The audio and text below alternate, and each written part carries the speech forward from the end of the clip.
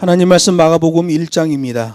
마가복음 1장 16절로 20절에 있는 말씀 교독하고 마지막엔 같이 읽겠습니다. 제가 먼저 읽을게요. 갈릴리 해변으로 지나가시다가 시몬과 그 형제 안드레가 바다에 금을 던지는 것을 보시니 저희는 어부라. 예수께서 가라사대 나를 따라오너라. 내가 너희로 사람을 낚는 어부가 되게 하리라 하시니 곧 그물을 버려두고 쫓으니라. 조금 더 가시다가 세베대의 아들 야고보와 그 형제 요한을 보시니 저희도 배에 있어 그물을 깁는데 같이 하겠습니다. 곧 부르시니 그 아비 세베대를 사꾼들과 함께 배에 버려두고 예수를 따라가니라. 아멘. 본문 말씀을 가지고 목적이 있는 부르심이란 제목으로 하나님 말씀을 증거하겠습니다. 하나님께서 인간을 창조하실 때 하나님 안에서 살도록 창조하셨어요. 하나님 안에서 하나님이 주시는 은혜를 누리도록 창조하셨어요. 그런 복을 받은 인간이 사단의 유혹, 죄에 빠져버리고 죄에 빠져버림으로 하나님과 분리되고 말았어요. 하나님이 아담에게 주신 권세는 이 땅의 왕의 권세예요. 성경에는 각종 이름을 지어주는 권세를 줬다고 그랬는데 이름을 지어주는 권세가 최고 높은 권세입니다. 집안에서도 자녀를 낳으면 아버지나 할아버지 높은 권세가 이름을 지어서 밑에다 주잖아요. 자연 만물에 이름을 지어주라는 권세를 줬다는 건 이 세상의 왕으로 아담을 세우셨다는 거예요. 그런데 이 세상의 왕으로 세움을 받은 아담이 범죄하고 죄악으로 떨어지니까 하나님과 분리돼 버리고 하나님과 분리돼 버리니까 이 땅의 권세를 사단한테 다 뺏겨 버리는 겁니다. 그래서 사단이 아담에게서 빼앗은 권세를 가지고 공중에 거하고 있는 거죠. 그래서 에베소서에 보면 공중 권세를 잡은 자 이렇게 돼 있어요. 공중에 무슨 권세가 있는 게 아니라 땅에 있는 아담의 권세를 빼앗아서 그 사단의 위치가 지금 공중에 거하고 있는 거죠. 그렇게 하나님으로부터 분리된 결과로 영적으로는 죄악이 들어왔고 육체에 질병이 생겼으며 그 질병 가운데 결국은 죽음에 이르게 된 거예요. 우리를 창조하신 하나님은 천지를 창조하실 때의 그 인간으로 다시 복귀시켜 주려고 새로운 시작을 시켜 주시려고 예수님을 보내주셔요. 그래서 메시아가 이 땅에 오셨을 때 축사 사역을 하시고 악령을 물러가게 하신 다음에 새 출발을 하게 해주시는 것, 이게 바로 회복 사역인 거예요. 그 복음을 갱생복음이라고 그래요. 제2의 출애굽 사건이라고 말씀하시죠. 구약은 역사 속에서 일어난 역사적 출애굽이에요. 신약은 영적인 출애굽이라고 말합니다. 그 복음은 하나님이 주권적으로 시작하신 거예요. 이 복음은 어떤 사람이 거기에 포함되어서 시작된 게 아니에요. 하나님이 주권적으로 시작하셨고 하나님이 직접 마련하신 것이기 때문에 성경에 기록된 이 복음을 하나님의 복음이라고 말하는 거예요. 그래서 죄에 빠진 인간을 다시 갱생시키는 유일한 복음이 바로 하나님의 복음인 거예요. 그래서 예수님이 증거하신 하나님의 복음을 보면 하나님의 복음이기 때문에 하나님의 나라가 이미 너희 가운데 임했다. 이게 복음의 핵심 내용인 거예요. 하나님께서 인간을 다스리시며 하나님과 인간의 관계가 회복되는 거예요. 단절됐던 관계가 갱생 복음에 의해서 다시 회복의 복음으로 나오는 거죠. 그게 바로 인간을 창조하신 의도대로 인간이 복귀되는 거예요. 그래서 하나님이 말씀하셔요. 복음의 미련한 방법으로 전도하게 하는데 너희가 내 복음을 가지고 살면, 너희가 내 복음을 전하면 세상 사람들이 너희를 향하여 손가락질을 할 것이다. 심지어 너희를 핍박하고 너희들에게 고난을 줄 것이다. 이렇게 말씀하시는 거예요. 왜 그래요? 바보 같아. 하나님을 믿는 방법이 하나님이 말씀하신 대로 사는 방법이기 때문에 세상에 욕심 가득한 사람들, 세상의 기준에서 보면 하나님의 말씀대로 사는 사람 보면 저 사람은 뭔가 좀 덜 떨어진 사람 같다, 뭐가 문제가 있는 사람 같다 라는 생각이 들게 되는 거예요. 그런데 그게 복을 받는 거예요. 여러분, 우리들에게 천국은 궁극적으로 재림 때에 완성이 되지만 예수님께서 오신 것 때문에 이미 우리들 가운데 하나님의 통치는 시작된 거예요. 예수님이 구약의 율법을 완성해 주시고 예수님이 주시는 새로운 계명들이 있단 말이에요. 그 계명을 따라가면 이미 하나님의 통치가 우리 가운데 임하고 있는 거예요. 그 하나님의 새로운 통치에 들어가기 위해서 회개하고 복음을 믿는 것이 요구되는 거예요. 오늘 15절 말씀에 기록되어 있죠. 가라사대 때가 찼고 하나님의 나라가 가까웠으니, 이게 복음의 내용이죠. 그럼 우리는 뭐 해야 되느냐? 회개하고 복음을 믿어라, 이렇게 말씀하시는 거예요. 하나님의 통치를 받는 사람은 회개하고 그 복음, 갱생 복음을 믿는 거예요. 여러분, 우리 기독교인들은 자기가 용서받았다고 생각하더라도 자기가 죄인이라는 사실은 꼭 잊으면 안 됩니다. 요한 1서에서 말해요. 누구든지 자기가 죄 없다는 자는 하나님을 거짓말하는 자로 만든다. 우리는 용서받았어도 죄인인 거예요. 그 마음 자세로 살아야 돼요. 로마 교회가 용서받았다고 7렐레 8렐레 지네 마음대로 살았습니다. 그래서 타락했잖아요. 그리고 서구교회가 1000년 동안 타락하고 종교개혁이 일어나 버렸잖아요. 종교개혁 일어나고 100년 동안 개신교가 멀쩡하게 가다가 그 다음에 400년을 썩었습니다. 지금 우리는 개신교가 완전히 팍팍 썩은 시대를 살아가고 있는 거예요. 우리는 지금 이 시대의 기독교 속에 있으니까 이 시대의 기독교가 이게 기독교의 모습이다라고 생각하지만, 성경에서 요구하시는 기독교인의 삶의 모습을 보면 이 시대 기독교인들의 삶이 얼마나 많이 이격되어 있는지를 알 수 있는 거예요. 복음은 내가 내 삶의 주인 되었던 곳에서 하나님이 내 속의 주인이 되시는 것으로 우리의 삶의 방향이 바뀌는 거예요. 하나님의 그 통치를 우리가 믿음으로 받아들여야 되는 거예요. 복음은 어떤 특수한 혈통에게만 해당되는 게 아니에요. 유대인들은 자기네만 선민이라고 말하는데 그건 구약시대고요. 예수님이 오셔서 이루신 신약의 복음에 의하면 천하 만민이 하나님의 복음 안에 들어 있어요. 부나 지식의 정도에 따라 차별되지 않습니다. 공부 많이 한 사람이나 공부 못한 사람이나 다 하나님의 복음 안에 들어올 수 있어요. 돈이 많은 사람이나 돈이 적은 사람이나 관계하지 않습니다. 모든 사람이 하나님의 은혜에 참여할 수 있고, 성경에서 말씀하시는 것처럼 열방과 민족 가운데 이 복음이 전파돼야 돼요. 복음은 축복의 재료죠. 그런데 꼭 알아야 됩니다. 누구나 믿을 수 있습니다. 그러나 아무나 구원받는 건 아니에요. 성경에서 구원받는 자들에 대한 설명들이 나와요. 그들은 어떤 삶을 사는가. 그래서 그 복음이 땅 끝까지 증거되어야 되기 때문에 그 일을 위하여 가장 먼저 하신 일이 예수님께서 제자들을 부르시는 일이에요. 그 오늘 본문이 그 내용이죠. 예수님이 처음으로 제자를 부르시는 내용이에요. 제자를 왜 부르시겠어요? 하나님은 사람을 통하여 일하시는 하나님이기 때문에 그래요. 예수님이 처음으로 제자를 부르시는 장소인 갈릴리, 지정학적 이유로 인해 이방인들과 혼혈이 돼 있고 우상까지 창궐했던 곳이에요. 그러다 보니 갈릴리 지역은 유대 사람들에게 좀 멸시를 받는 지역입니다. 심지어 예수님이 갈릴리 출신이라니까 유대인들이 그런 말하죠. 야, 갈릴리에서 뭐 선한 게 나겠냐? 이렇게 말하는 거예요. 돈이 좀 있는 사람들은 갈릴리에 사는 것을 꺼렸어요. 그러다 보니까 갈릴리 지역에는 가난한 사람들만 모여 사는 그런 동네가 된 거죠. 오늘 본문은 바로 거기 갈릴리에서 예수님이 4명의 제자를 부르시는 내용이 기록되어 있어요. 예수님은 제자들을 부르신, 일꾼을 부르신 이유를 분명히 하셔요.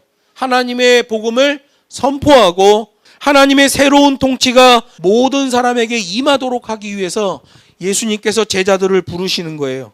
예수님의 공생의 사역을 보면 실제로 제자 양육 사역이라는 걸 알게 돼요. 예수님이 직접 데리고 다니면서 시청각 교육으로 다 보여주셔요. 이적이 일어나는 것도 보여주고 어떤 일에 대하여는 복음적으로 어떻게 처신을 해야 되는 것도 다 보여주셔요. 예수님의 삶도 그대로 복사해줘요. 우리 주님이 평소에 어떤 삶을 살고 있는가 이걸 다 복사해줘요. 제자들이 그거 복사된 대로 나중에 순종하게 되죠. 근데 공생의 3년 동안은 제자들도 막 엉터리예요. 나중에 성령이 오시고 나니까 성령께서 다 생각나게 하시고 어떻게 해야 될 바를 다 코칭하시는 거예요. 성령의 인도하심이 나타나니까 3년 동안 양육했던 그 힘이 팍 나오는 거죠. 그들이 세워져 복음이 전파되기 시작했고 지금 우리들도 그들이 전한 복음의 은혜를 누리고 있는 거예요. 그리고 우리들에게도 동일 사명이 있는 거죠. 기독교는 그거예요. 그대로 삶을 해서 복사시켜서 복음이 살아있는 복음으로 이렇게 전수되게 하는 거죠. 그래서 신학생들은 원래 돈을 받으면 안 됩니다. 기독교의 주님 말씀은 내가 분부한 모든 것을 가르쳐 지키게 하라 이렇게 번역이 되어 있는데, 실제로 원문을 보면 내가 너희들에게 분부한 것을 그대로 전수해 주라 이렇게 되어 있어요. 전수는 돈을 받는 게 아니에요. 내 돈 들여서 키우는 거예요. 내 돈 들여서. 예수님도 예수님의 모든 황금의 시간을 다 제자 양육에 쏟아붓는 것을 보게 돼요. 그래서 여러분, 복음이 전파되는 걸 보면 이벤트로 전파돼서 교회가 침묵단체되는 그 흐름에 한 루트가 있고요. 법과 식대로 이어지는 복음의 계보도 있는 거예요. 법과 식대로 전해지는 복음의 계보에서는 생명 건 복음이 움직여요. 자기 생각대로 먹고 살기 위한 복음은 법과 식대로 전하는 복음에서 나온 게 아니에요. 침묵단체 복음에서 나온 거죠. 오늘 본문은 바로 거기 갈릴리가 주 무대가 되고 있는 거예요. 갈릴리에서 4명의 제자를 불렀다. 그러면 이 시대의 교회들에게 주는 어떤 힌트가 있는 거죠. 좋은 건물, 충족한 재정, 완벽한 행정제도, 이게 하나님의 일을 하는 조건은 아니라는 거예요. 때때로 그게 필요하기는 하겠지만 하나님이 일하시는 방식의 제1순위는 겸손한 사람, 충성된 사람이에요. 겸손하고 충성된 사람을 하나님이 제1순위로 사용하는 거예요. 뭐 돈이 있든 없든 관계없어요. 뭐 지식이 많든 없든 관계없어요. 끝까지 겸손, 끝까지 충성의 흐름을 갖는 자를 하나님이 사용하시는 거죠. 이 시대의 교회들도 최우선 관심을 거기에 둬야 돼요. 잘 준비된 헌신자들이 나오게 하는 거예요. 예수님께서도 제자들을 양육하시는 인재 양성 사역에 초점을 맞추셨어요. 여러분, 인재 양성 사역은 2가지예요. 하나는 성도를 훈련하는 방법하고 하나는 장학 지원 사업이라는 게 있어요. 성도들에게 성경을 교육합니다. 그 다음에 제자 훈련, 사역자 훈련까지 2년에서 3년 주기로 움직여요. 3년 주기로 움직일 때 한 텀에 2번 교육을 할 수 있죠. 목사 사역은 6년씩 3번 하면은 완료가 되는 겁니다. 그래서 목사 사역은 21년으로 잡는 거예요.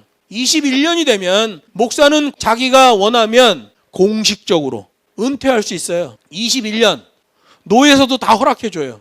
그리고 뭐 원로 목사가 된다거나 공로 목사가 된다거나 이런 거 다 돼요. 법적으로 다 됩니다. 한 텀에 7년인데 6년은 사역이요, 한 해는 안식년을 갖게 되는 거예요.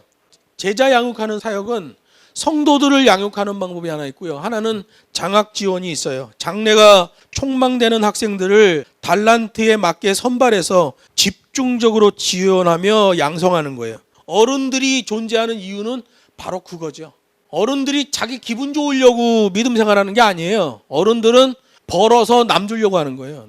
장래가 촉망되는 그런 학생들을 지원하는 것. 그래서 제가 중국에 있을 때는 그런 얘기 했어요. 아이들 잘 키워낼 테니 장학 헌금 좀 많이 하라. 이렇게 얘기했어요. 인재 양성 사역은 오랜 기다림이 필요해요. 예수님도 3년 걸렸잖아요.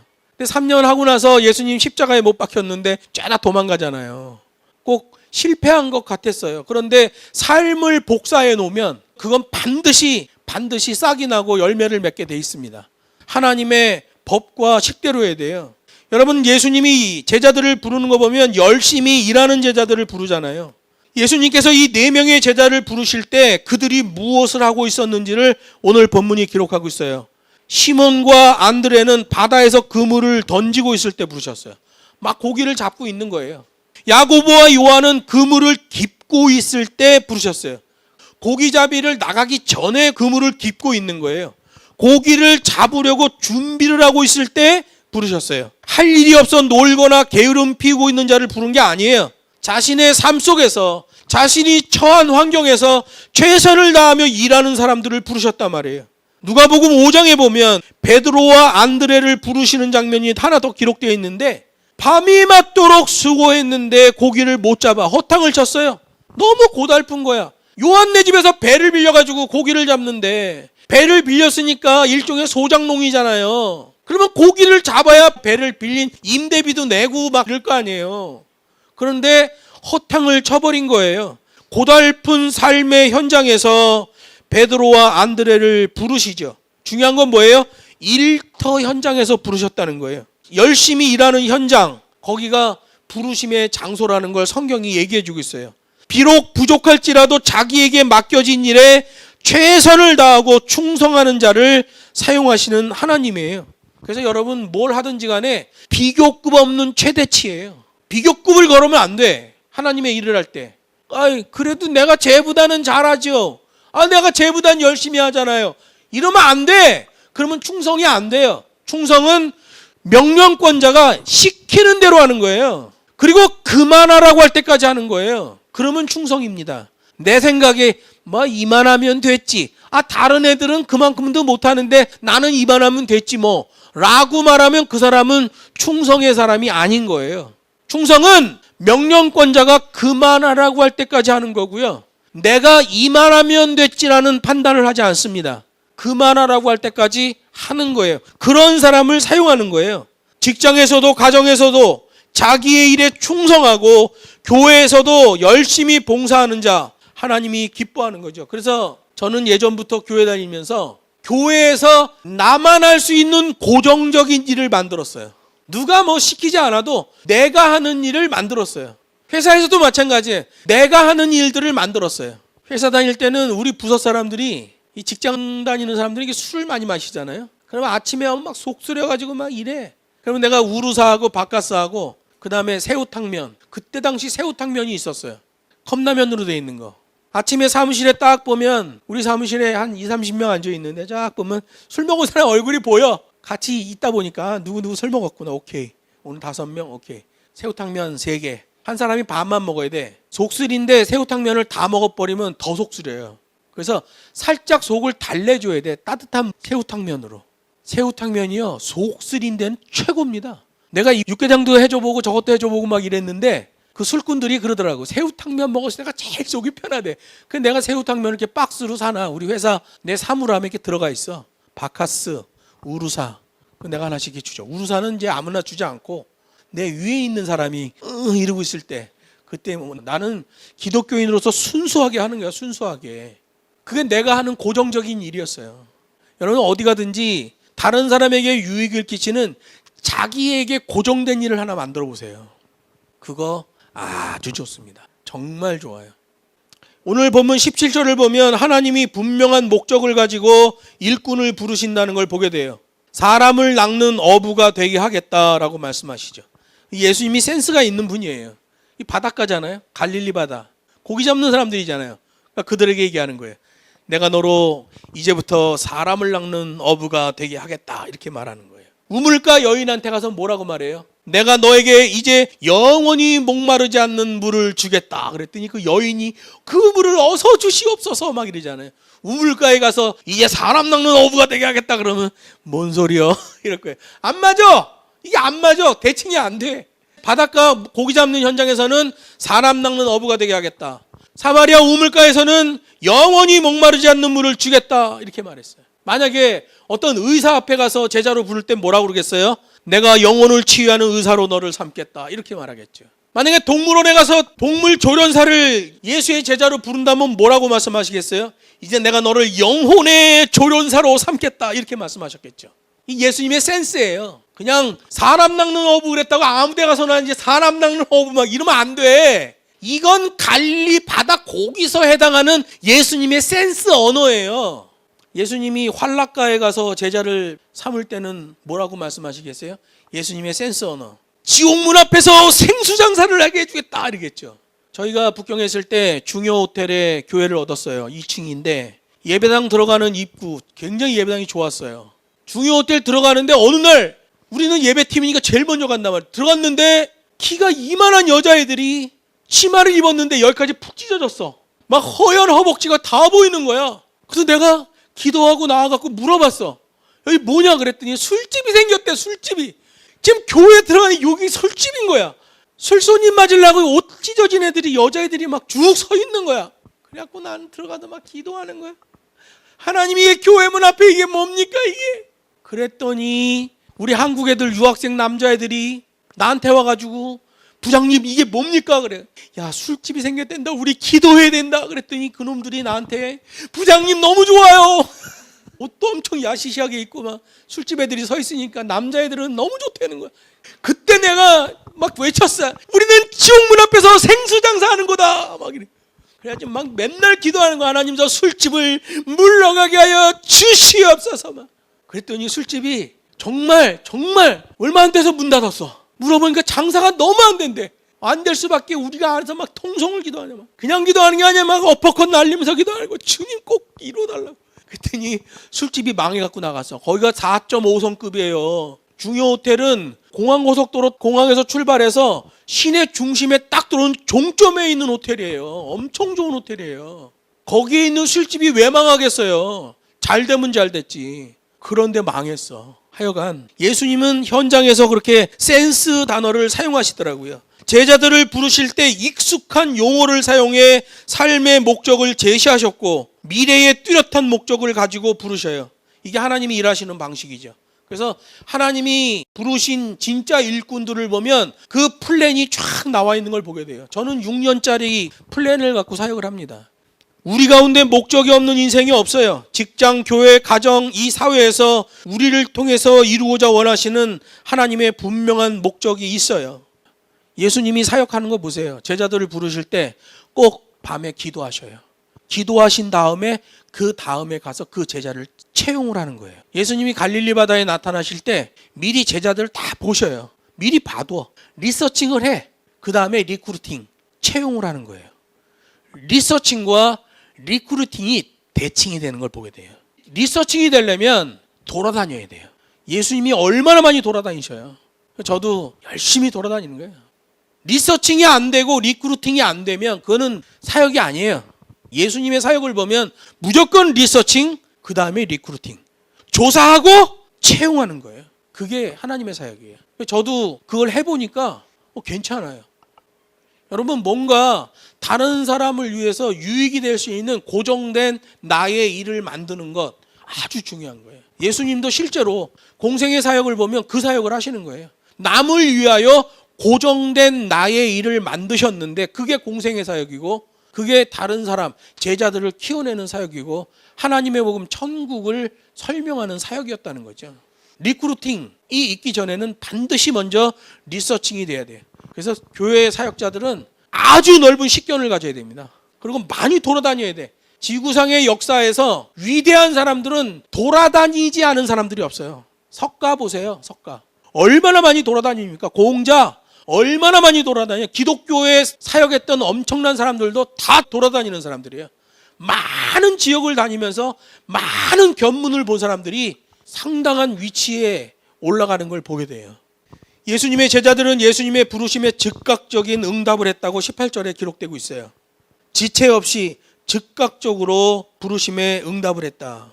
여러분, 예수님은 제자로 사용할 사람들에 대하여 자세히 관찰하셨고 신중하게 그들을 부르셨어요. 베드로와 안드레는 그물을 버려두고 예수님을 따라요. 소장농 어부기 때문에 뭐 배 이런 거 관계없어. 뭐만 버리면 돼요? 그물만 내려두고 가면 돼. 야고보와 요한은 뭐예요? 아비와 배와 사꾼들을 두고 갔다고 그러잖아요. 야고보와 요한네 집은 아주 부잣집이었어요. 베드로는 그 집에서 빌렸던 배 그냥 놔두고 가는 거죠. 그동안 밀린 배 월세는 어떻게 하겠어요?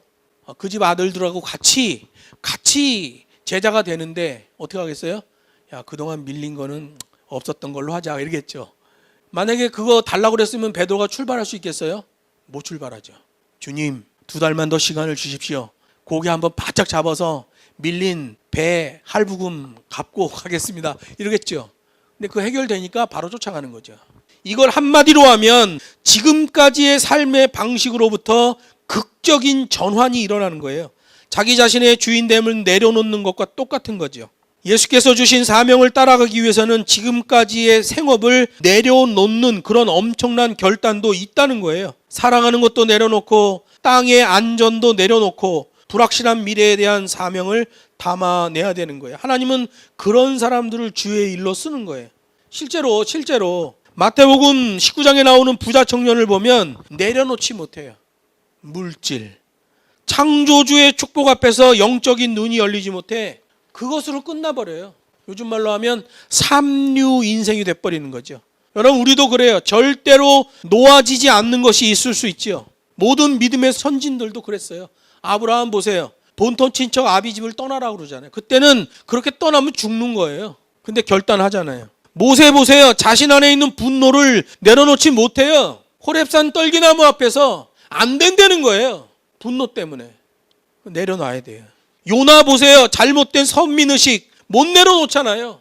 결국 니누웨의 멸망을 보고 말리라 막 이러잖아요. 근데 돌이키지요. 돌이키지 못하는 사람들도 성경에 나와요. 가롯 유다 자신의 욕심에서 못 돌이켜요. 멸망했습니다.